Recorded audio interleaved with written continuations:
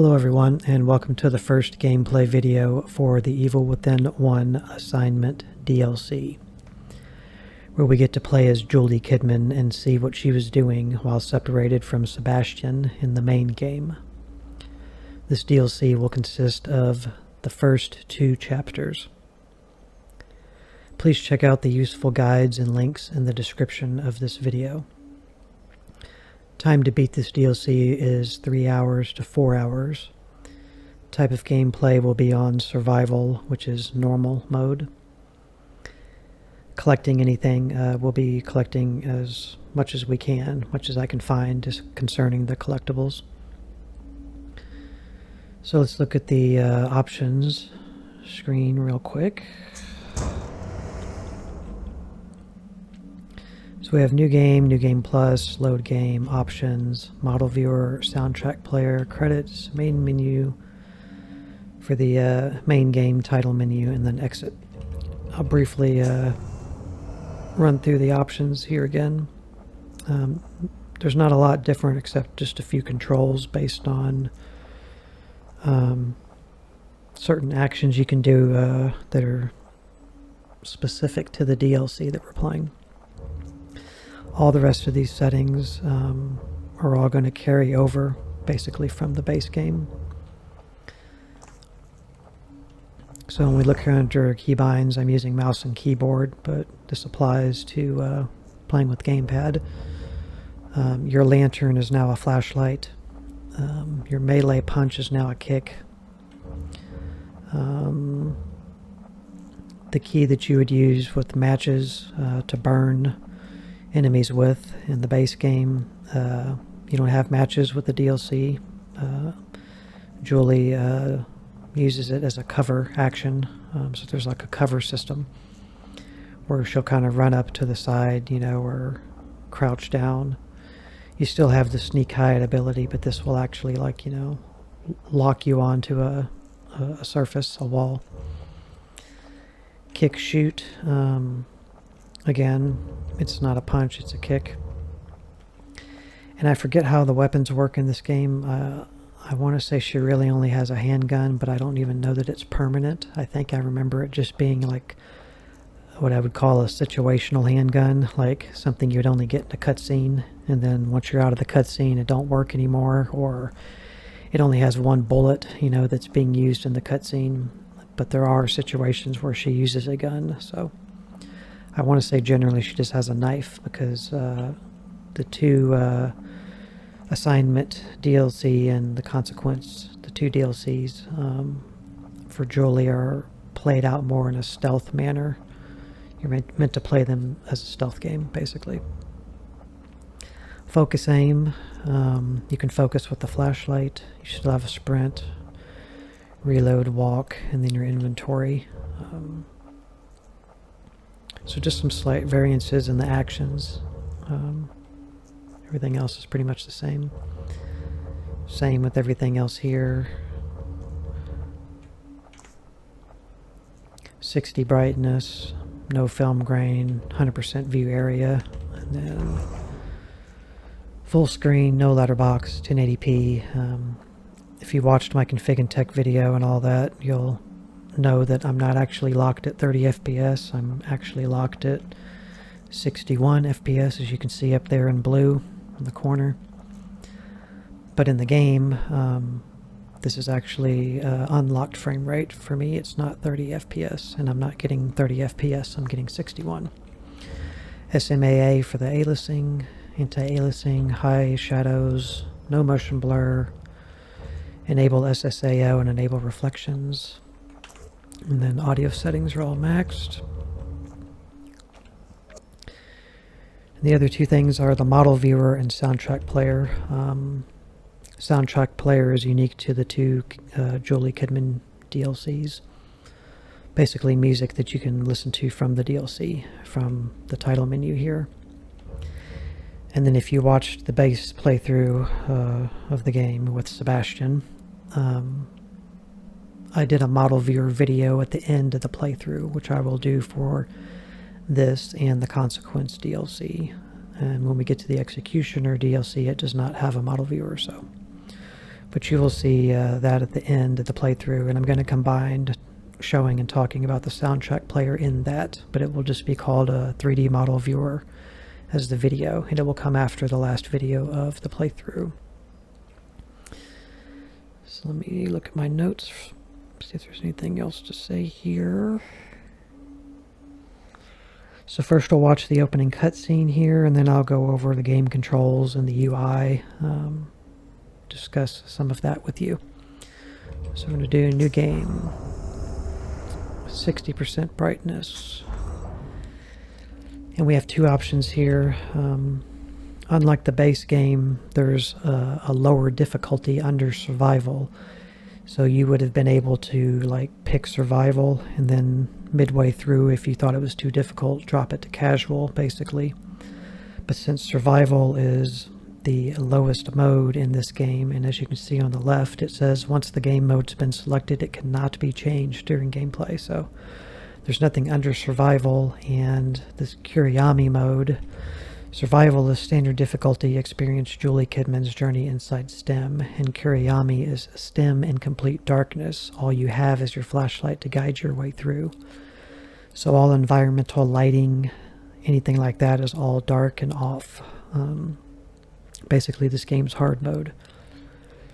So you have normal and hard to choose from, but if you pick Kuriyami and decide it's too difficult, you're not allowed to turn it down to survival and flip the lights back on, you know, in the game. It doesn't let you do that, so just be aware of that when you pick your difficulty. Alright, so we're picking survival.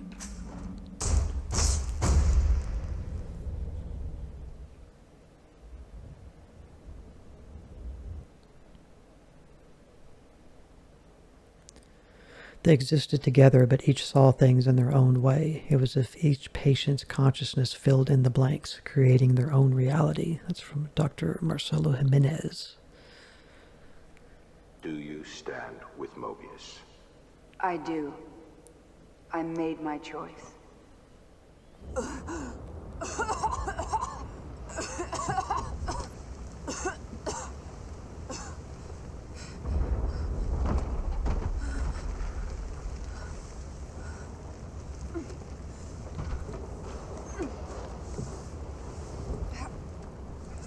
Just like a Capcom Resident Evil game, you got to get that ass shot right in the opening cutscene here. Because it's a female, you know.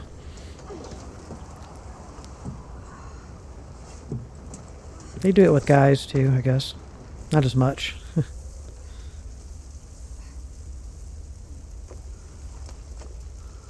Where's your gun, Jolie?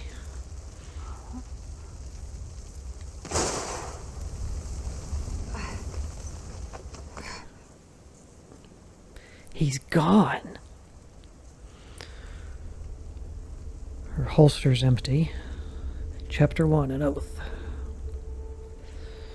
Alright, so I'll discuss controls a little here. So you have your movement, WASD. If you're using keyboard, obviously you know what you're doing if you're using a gamepad. Arrow keys by default in the DLCs and the base game also move your character. Then you have your use key, reload key.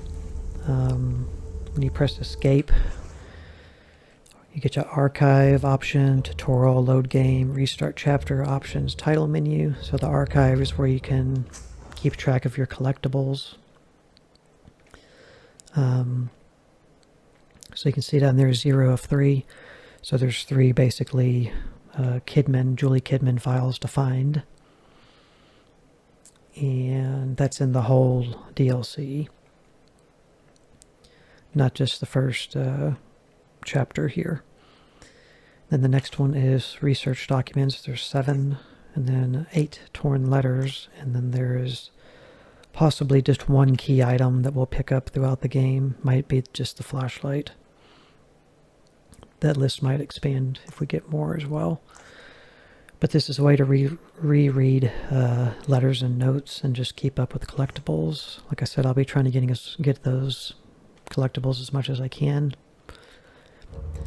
And if you're ever wondering what chapter you're on in a game, in the game, especially in the base game because it has so many chapters. It'll tell you up there, right under pause, the chapter number and the title. Okay, so there's that. Shoot melee action. You have your independent melee action key, and then for me, the action left key will we'll do that in a minute. We'll do melee because I don't have any weapons, and her melee is a high heel spike to the stomach region. Just like a wild boot kick. And she has a stamina bar as well, and she does the same thing when it depletes, like completely stops and like can't move at all for a second till she heave and hose gets it out. I think she might have a slightly more, you know, a larger stamina bar at the start of the game than like Sebastian does, maybe. And then right mouse will aim and focus. You can aim and focus your flashlight when we get it. We don't have one yet. And as mentioned, the burn key, you don't get matches in this DLC. That action is used as a cover action. It's a cover key, a cancel key, a holster gun key, and it will let you jump off ladders, jump down ladders. Then you can run, you can sneak, walk, flashlight, melee, which we've already discussed. And we can't get into any hotkeys or inventory stuff yet because we don't have any items, but that's there as well. Here you can see my readings. There's a reason I'm at 61 FPS. Watch my Config and Tech video for the Evil Within 1 series, and that's all explained. But I'll let you look at my memory usage, temperature usage, fan usage, and total graphics card usage there. This game has, or this DLC has 2 secrets or Easter eggs, whatever you want to call them. There's one in Chapter 1, and then the second one is in Chapter 2, and I will try to show both of those off. Hopefully I am able to. As mentioned, I'll do the 3D model viewer video at the end of the playthrough. And these gameplay videos will have a warning intro, a language intro, and a flashing lights intro before each part, just to help out everybody that's watching. And that should pretty much cover any of the details I wanted to specifically discuss for this DLC. Everything else pretty much just carries over from the base game. So we can actually start playing here. No blood. Or anything. So we're in the same area when we started as Sebastian in the base game. It's just getting more towards morning, so we can actually see things out here now. But this is Julie's perspective of the same crash, except nobody's here for her, just like nobody was there for Sebastian. And we just saw somebody off in the distance here, and I believe it was probably Connolly, the police officer that was driving the ambulance. It looked like him.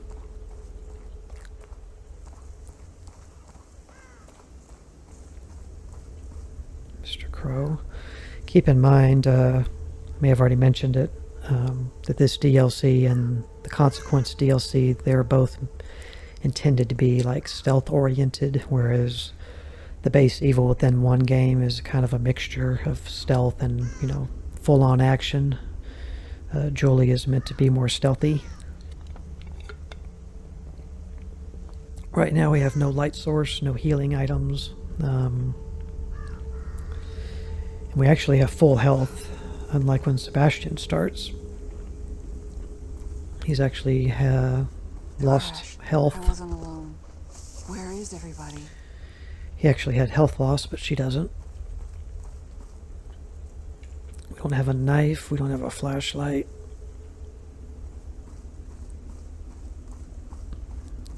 Pretty defenseless right now.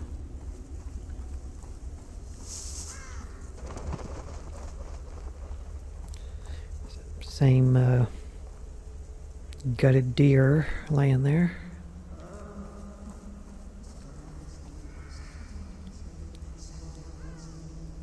Settle down, Leslie. Settle down, Leslie. Good old pal, buddy Leslie. You're going to hear a lot of flashback dialogue in the game, and there's some glitchy effects that happen on the screen. I do apologize for that. There's nothing I can do. It's just part of the game, and you know, just kind of weird effects that are overlaid. It's kind of a weird ass looking, not a place I'd necessarily willingly want to walk into.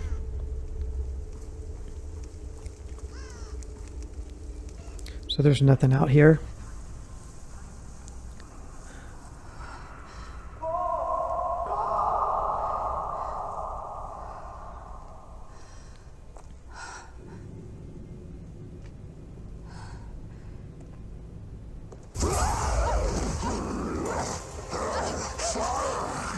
Sorry, detectives. Gives it a cream song.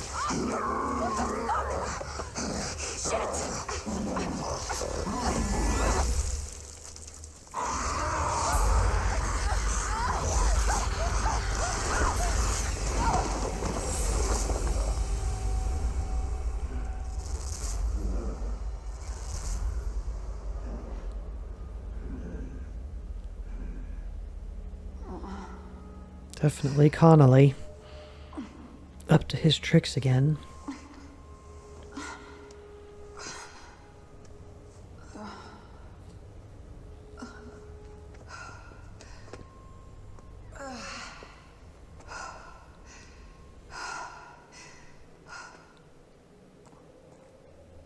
Shit. I've got to get out of here. It's a pretty badass cutscene. Just heel right into the throat. Well, the bottom of the jaw, I guess. I would have kind of much rather seen her like fling him off down here instead of her get pushed down. I think that would have been cooler.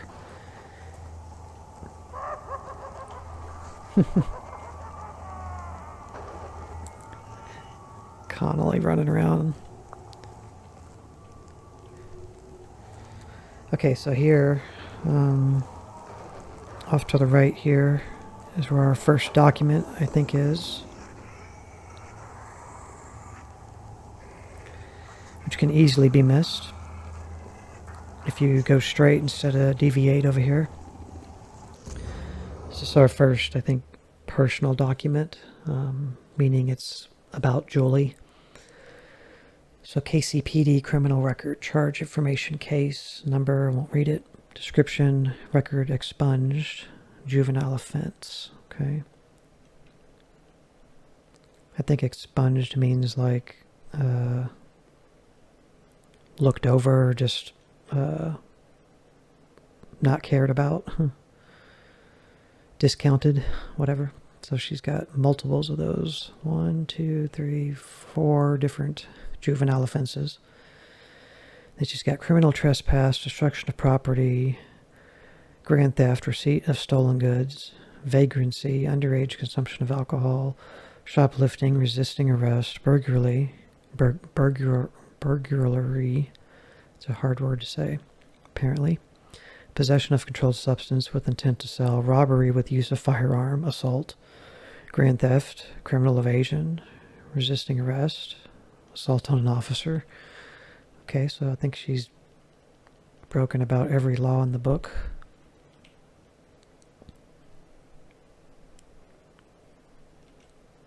She hasn't murdered anybody, but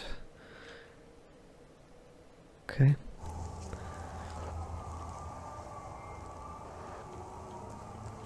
So yeah, we've totally like ruined our shirt right now. Blood all over it.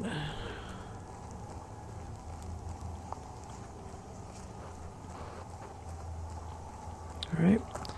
So yeah, if you just go straight here, then, you know, you'll miss that document and you can't come back and get it. It's the only time you can get it.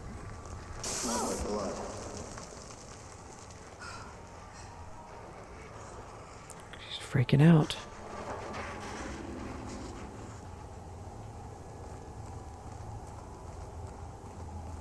There's no going back.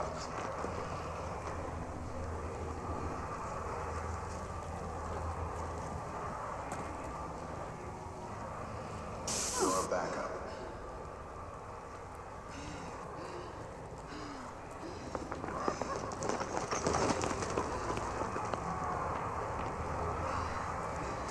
Can't be real. Hey, where's Joseph? Everyone must be dead.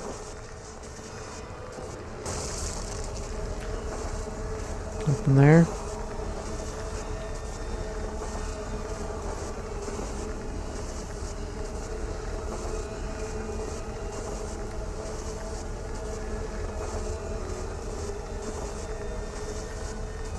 Settle down, Leslie. Leslie.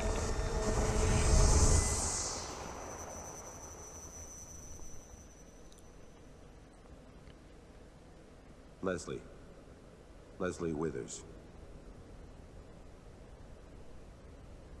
I'm sorry? Kid, I need you focused.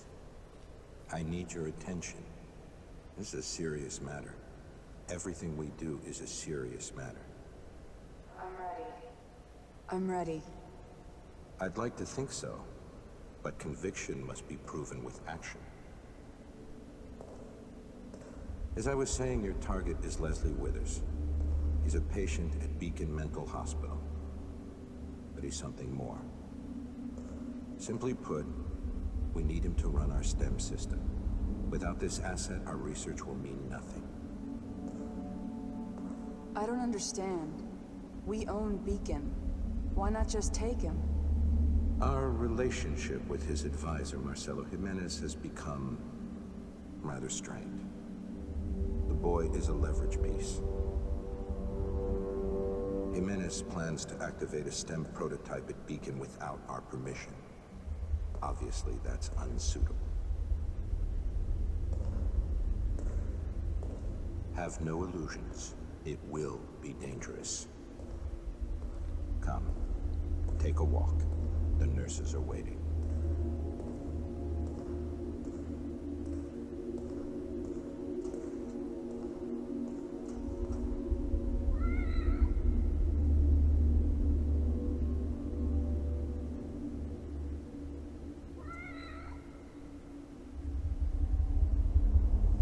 Hey there. Where did you come from? Okay, so in the game, when you come across these couches, you'll see this black cat with a little red bow on him. I want to say it's a female cat, but I don't know. I'm sure the cat has a name. I don't know what the name of the cat is in the game. If you know, let me know in the comments. But this is your kind of safe area where you can save your game. So you'll just run across a couch and see a cat, and you'll know you're in a safe spot. So we're 13 minutes in. Make our save.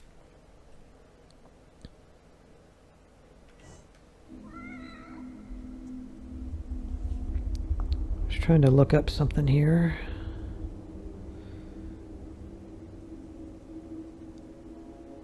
Just one moment.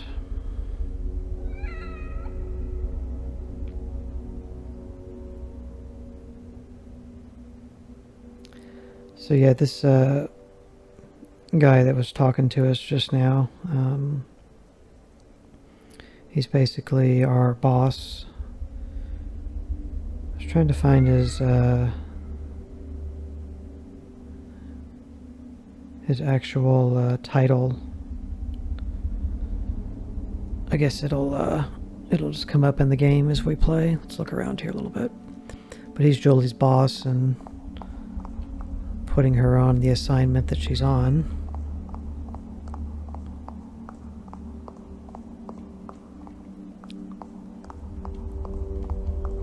There's nothing we can do here, just walk around. He wants us to come out the door and go somewhere with him.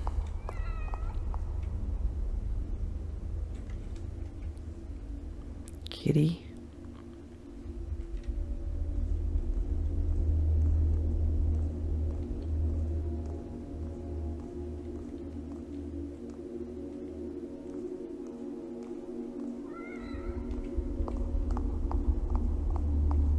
Just trying to see like if she is reacting to me being close, but I think she's just doing her animation cycles. So we'll stop here. We got a few minutes left, but we might as well stop at this point before we get into the next little area here. So thank you guys very much for watching. I really appreciate it, and we will see you in the next part. Bye.